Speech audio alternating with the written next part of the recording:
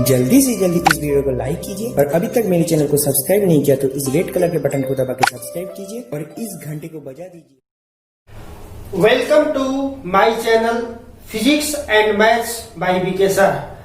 आज public demand पर प्रस्तुत है 10th physics unit 1 light and reflection of light, प्रकाश और प्रकाश के परावर्तन के नियम। सबसे पहले हम जानेंगे व्हाट इज लाइट, प्रकाश क्या है।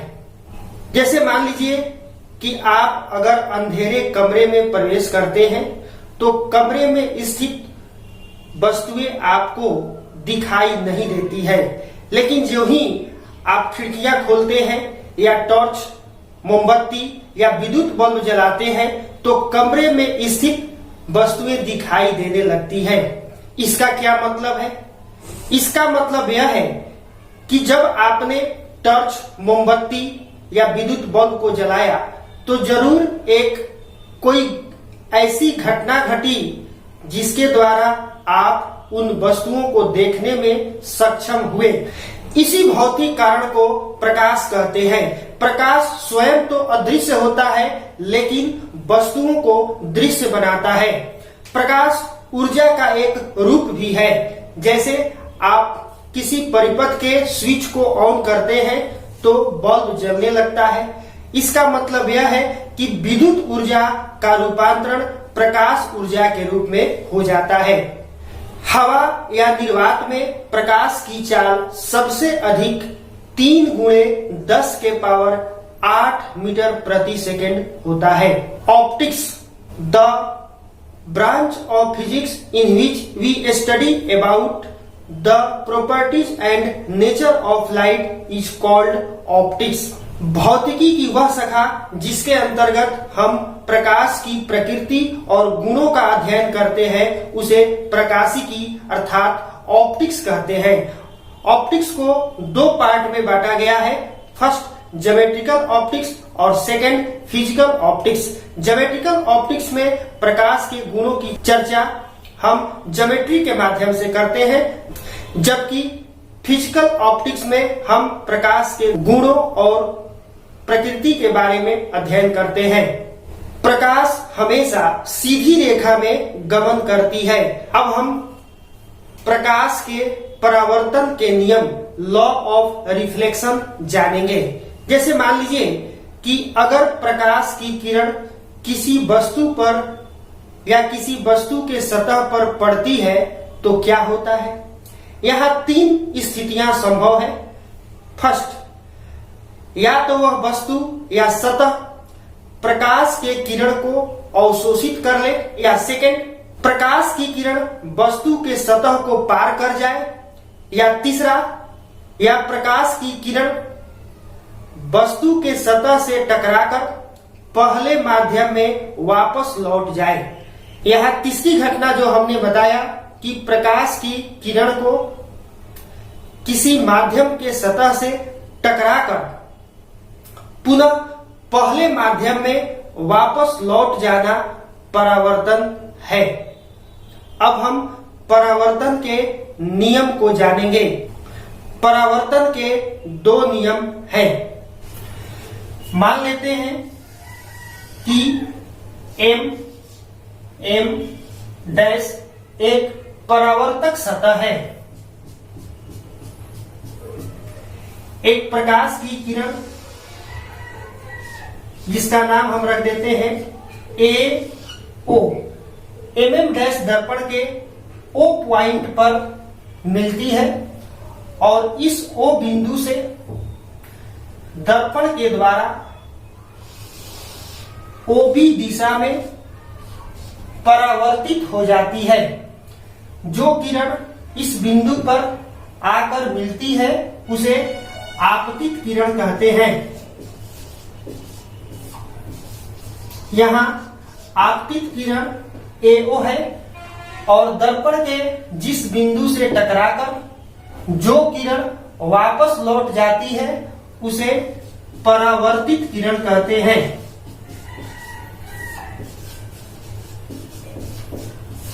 इस बिंदु पर हम एक नॉर्मल अभिलंब खींचते हैं। इसका नाम हमने रख दिया n। इसे अभिलंब कहते हैं, नॉर्मल। आपतित किरण और अभिलंब के बीच जो कोण बनता है उसे आपतन कोण कहते हैं। इसे I से सूचित करते हैं। ठीक उसी तरह अभिलंब और परावर्तित किरण के बीच जो कोण बनता है उसे परावर्तन कोण कहते हैं और इसे R से सूचित करते हैं। अब हम यह जानेंगे कि प्रकाश के परावर्तन के क्या नियम है। प्रकाश के परावर्तन के दो नियम हैं। फर्स्ट, आपतित किरण, परावर्तित किरण और आपतन बिंदु पर खींचा गया अभिलंब तीनों एक ही समतल में होते हैं। सेकंड, आपतन कोण और परावर्तन कोण दोनों आपस में बराबर होते हैं, यानी I = R। अब हम परावर्तन यानी रिफ्लेक्शन को दो पार्ट में बांट सकते हैं। फर्स्ट, रेगुलर रिफ्लेक्शन, नियमित परावर्तन। सेकंड, अनियमित परावर्तन, irregular reflection. First, regular reflection, नियमित परावर्तन। जब प्रकाश किसी चिकने और चमकीली सतह पर पड़ता है तो वह प्रकाश के परावर्तन के नियमों का पालन करता है। इसे नियमित परावर्तन कहते हैं। सेकंड, अनियमित परावर्तन। जब प्रकाश की किरण किसी रुखड़ी और चमकीली सतह पर पड़ता है तो वह अनियमित रूप से परावर्तित होता है। इसे अनियमित परावर्तन कहते हैं। अब हम प्रकाश से संबंधित कुछ पारिभाषिक शब्दों के बारे में चर्चा करेंगे। जैसे फर्स्ट है किरण, रे। प्रकाश के गमन पथ की दिशा को किरण कहते हैं। जैसे ये प्रकाश का गमन पथ हो गया, इसे दिखाने के लिए हम एरो के निशान का प्रयोग करते हैं। प्रकाश पुंज या किरण पुंज, बीम ऑफ लाइट क्या है? किरणों के समूह को किरण पुंज या प्रकाश पुंज कहते हैं। इसे तीन पार्ट में बांटा गया है। पहला, समानांतर किरण पुंज। दूसरा, अभिसारी किरण पुंज। और तीसरा, अपसारी किरण पुंज। फर्स्ट, समानांतर किरण पुंज। जिस प्रकाश पुंज के सभी किरणें परस्पर समानांतर हो उसे समांतर किरण पुंज कहते हैं। जैसे ये सारी किरणें एक दूसरे के समानांतर हैं, इसे समांतर किरण पुंज कहते हैं। सेकंड, अभिसारी किरण पुंज, कन्वर्जिंग बीम ऑफ लाइट। जब प्रकाश पुंज की सभी किरणें एक बिंदु पर मिलती है उसे अभिसारी किरण पुंज या कन्वर्जिंग बीम ऑफ लाइट कहते हैं। जैसे यहां पर हम देख रहे हैं कि प्रकाश की सभी किरणें एक बिंदु पर मिल रही है और यहाँ डायरेक्शन भी जो है उस तरह का बता रहा है, इस बिंदु पर मिल रही है। इसे अभिसारी किरण पुंज कहते हैं। ठीक इसके विपरीत अपसारी किरण पुंज का परिभाषा है, जब प्रकाश पुंज की सभी किरणें एक बिंदु से बाहर निकलती है उसे अपसारी किरण पुंज या डाइवर्जेंट बीम ऑफ लाइट कहते हैं। जैसे इस पॉइंट से सारी किरणें बाहर की ओर निकल रही है, जिसका डायरेक्शन ये एरो बता रहा है। दुनिया में वस्तुओं को दो पार्ट में हम बांट सकते हैं। फर्स्ट, आत्मदीप्त वस्तुएं, सेल्फ ल्यूमिनस ऑब्जेक्ट्स, और दूसरा अदीप्त वस्तुएं, नॉन ल्यूमिनस ऑब्जेक्ट्स। फर्स्ट, आत्मदीप्त वस्तुएं, ल्यूमिनस ऑब्जेक्ट्स। दुनिया में कुछ ऐसी वस्तुएं हैं जो स्वतः प्रकाश उत्पन्न करती हैं, जैसे कैंडल, बिजली का बल्ब, सूर्य, तारा। ऐसी वस्तुओं को आत्मदीप्त वस्तुएं कहते हैं। सेकंड, अदीप्त वस्तुएं नॉन ल्यूमिनस ऑब्जेक्ट्स, कुछ ऐसी वस्तुएं हैं जिसमें अपना प्रकाश नहीं होता है, ऐसी वस्तुओं को अदीप्त वस्तुएं कहते हैं, जैसे चंद्रमा, लकड़ी, लोहा, पत्थर इत्यादि। अब हम प्रकाश के आधार पर वस्तुओं को 3 पार्ट में बांट सकते हैं। फर्स्ट, पारदर्शक, अपारदर्शक और पारभासी। पारदर्शक, ट्रांसपेरेंट, जिस वस्तु से प्रकाश 100% आर पार हो सकता है उसे पारदर्शक वस्तुएं कहते हैं, जैसे हवा, कांच, स्वच्छ जल। सेकंड, अपारदर्शक वस्तुएं, ओपेक, जिन वस्तुओं से प्रकाश की किरणें आर पार नहीं हो सकती है उसे अपारदर्शक वस्तुएं कहते हैं, जैसे लकड़ी, लोहा, पत्थर आदि।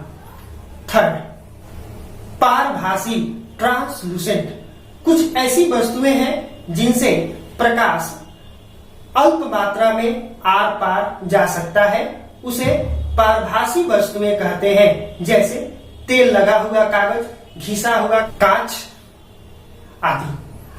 अब हम दर्पण, मिरर या आईना के बारे में जानेंगे। जैसा कि आपने देखा होगा कि दर्पण के पीछे एक विशेष प्रकार का लेप होता है, उसे रजतित या कलई कहते हैं। कांच के एक साइड में रजतित करके या कलई करके दर्पण बनाया जाता है। अब हम दर्पण को डिफाइन कर रहे हैं। वह चिकना और चमकीला सतह जो प्रकाश का नियमित परावर्तन करता है उसे दर्पण, मिरर कहते हैं। दर्पण को प्रायः 3 भागों में बांटा गया है। फर्स्ट, समतल दर्पण, प्लेन मिरर। सेकंड, गोलीय दर्पण, स्फेरिकल मिरर। थर्ड, परवलयिक दर्पण, पैराबोलिक मिरर। फर्स्ट, समतल दर्पण, जिस दर्पण का परावर्तक सतह समतल हो, जैसे ये बोर्ड की तरह समतल हो, उसे समतल दर्पण कहते हैं। ऐसा दर्पण हमारे घरों में श्रृंगार प्रसाधन के रूप में किया जाता है। सेकंड, गोलीय दर्पण, स्फेरिकल मिरर, वह दर्पण जो खोखले गोले का एक भाग हो उसे गोलीय दर्पण कहते हैं। गोलीय दर्पण को 2 भागों में बांटा गया है। फर्स्ट, अवतल दर्पण, कनकेव मिरर, और सेकंड, उत्तल दर्पण, कन्वेक्स मिरर। अब हम जानेंगे कि अवतल दर्पण क्या है। जिस दर्पण का परावर्तक सतह धंसा हुआ हो उसे अवतल दर्पण कहते हैं, जैसे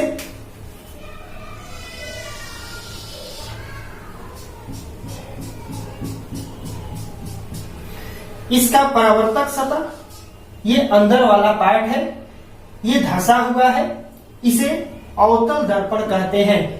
इसे दूसरे तरह से भी परिभाषित कर सकते हैं। जिस दर्पण का बाहरी सतह कलई किया हुआ हो या रजतित किया हुआ हो उसे अवतल दर्पण कहते हैं। अवतल दर्पण का एक दूसरा नाम भी है, इसे अभिसारी दर्पण, कन्वर्जिंग मिरर भी कहते हैं। सेकंड, उत्तल दर्पण, कन्वेक्स मिरर, जिस दर्पण का परावर्तक सतह उभरा हुआ हो या उठा हुआ हो उसे उत्तल दर्पण कहते हैं।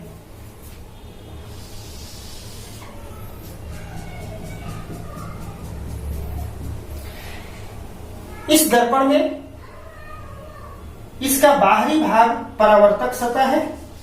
ये बाहरी सतह उठा हुआ या उभरा हुआ होना चाहिए।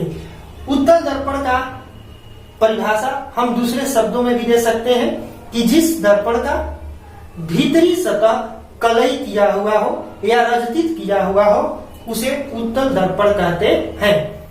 थर्ड, परवलयिक दर्पण, पैराबोलिक मिरर। परवलय एक मैथमेटिकल शेप है। अंडे के आकार को परवलय कहते हैं। तो जिस दर्पण की आकृति परवलय के जैसा हो या अंडे के जैसा हो उसे परवलयिक दर्पण कहते हैं। हम इसका